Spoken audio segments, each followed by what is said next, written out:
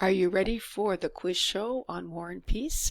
These are all the items that were at the end of the 4 videos in the series from the Industrial Revolution to World War I, which accompany Assignment 1 of Module 2 in Global History this year. Let's get started. So remember, there were 4 parts to the videos. Part 1 was on the Industrial Revolution.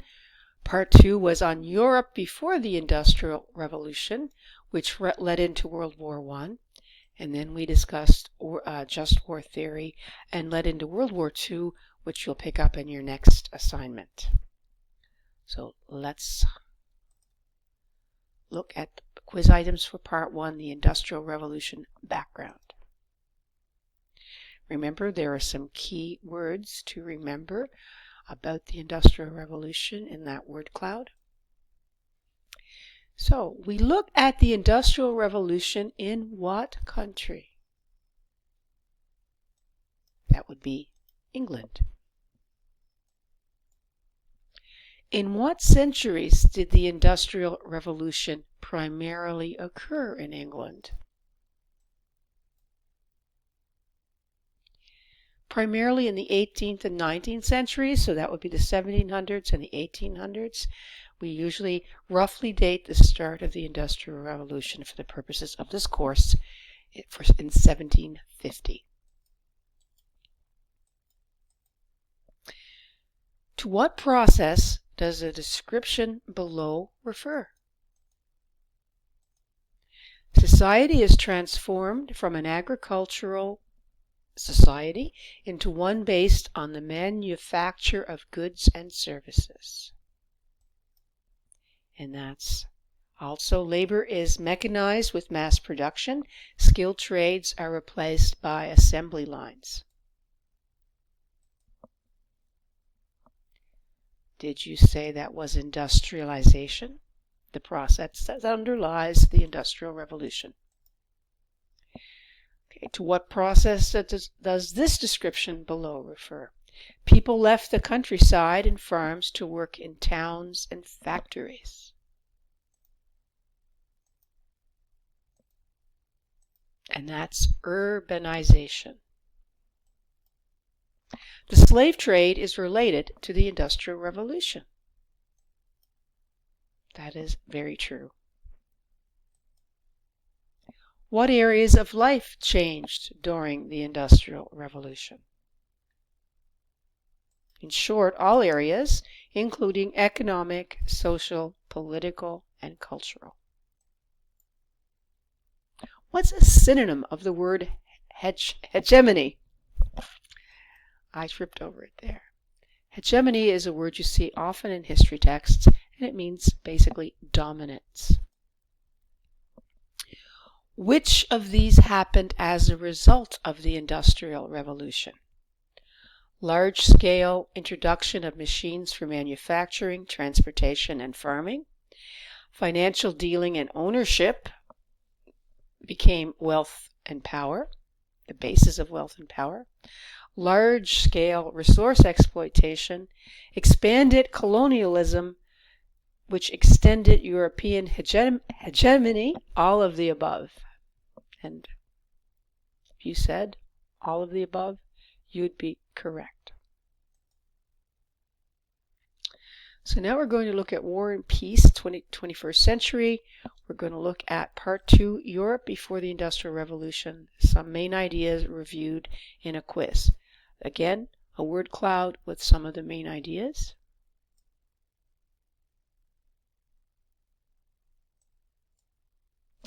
What factor most limited war in Europe before the Industrial Revolution?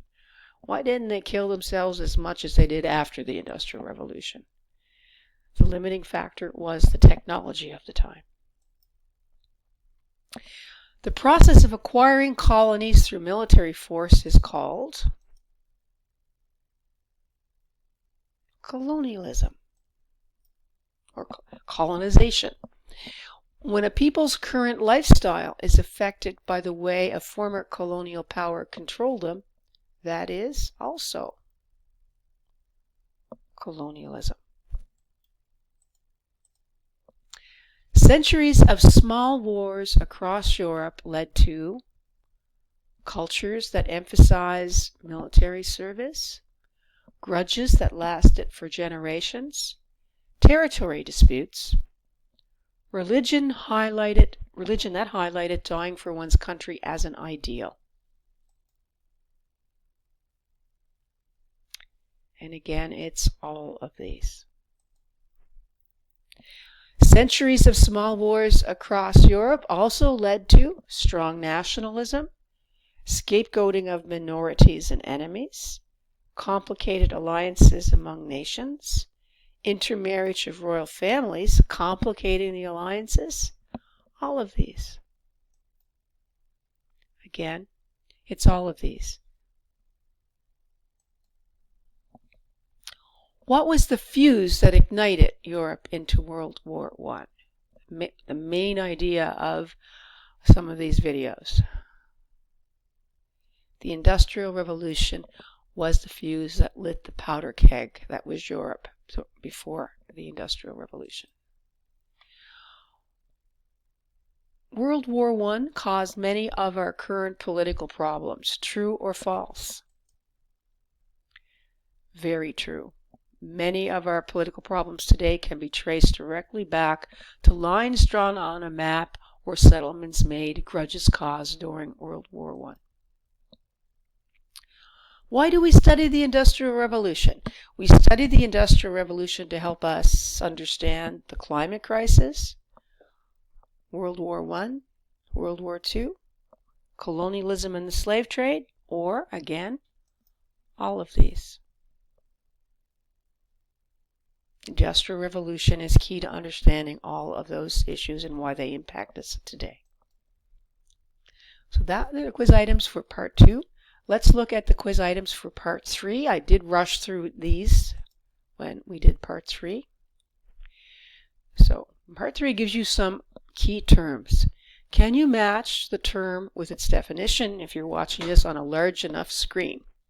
The terms are empire, arms race, propaganda, war reparations, and the dates of World War I from a Canadian perspective. And the answers are 1914, 1918. Persuasion using deceit, half-truths, appeals to the emotions. One country dominates and exploits other states or countries. Competition between two or more nations to own or build more powerful weapons. And compensation intended to cover damage or injury after a war. So empire is when one country dominates and exploits other states or countries. Arms race refers to a competition between two or more nations to own or build more powerful weapons. Propaganda refers to a technique of persuasion using deceit, half-truths, or appeals to the emotions rather than reason. War reparations, compensation intended to cover damage or injury during a war. And the dates of World War I from a Canadian perspective, 1914 to 1918. Which of these caused World War I? Alliance systems, nationalism, militarism, industrialization, or all of the above. Again, it's all of the above. Which of these also contributed to World War I? Arms race and arms races, actually. Empire, old rivalries, religion hijacked by nationalism and militarism, all of these. Again, it's all of these.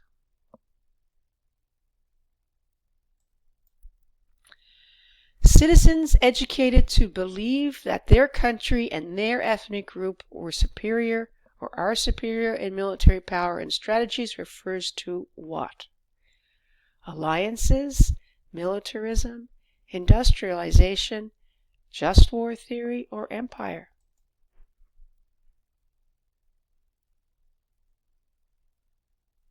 That's militarism.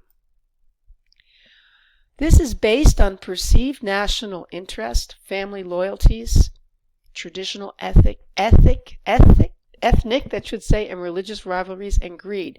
That refers to alliances. That's what alliances were based on, particularly pre-World War I Europe. A feeling that a country is superior to others refers to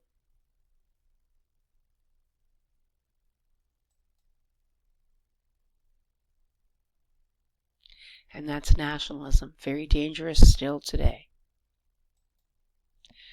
Society is transformed from agricultural and becomes based on the manufacture of goods and services, refers to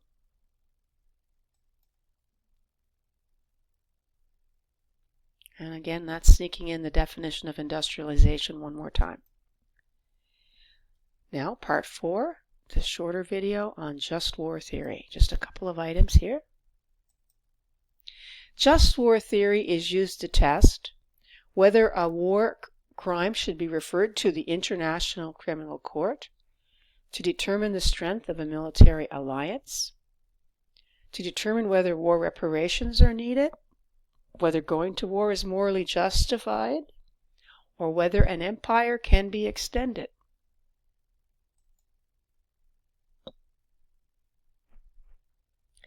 And that's D. Just war theory is used to test whether going to war is morally justified.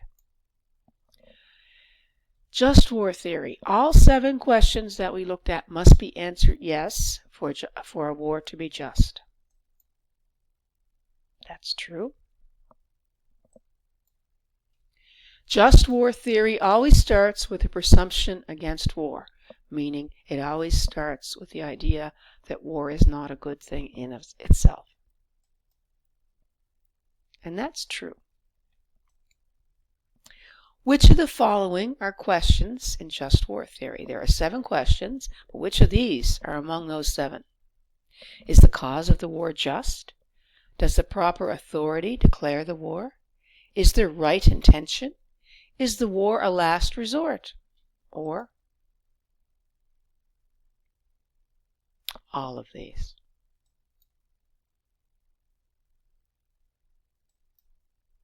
So that's the 4. That's the quiz items from the 4 parts of the video series. If word clouds help you, there's a word cloud with some of the key words. You can check the links in Global History or ask me. There are services on the web that allow you to make word clouds. It's kind of a one study aid that might help you in some of your courses. So good luck. Don't hesitate. Write that quiz.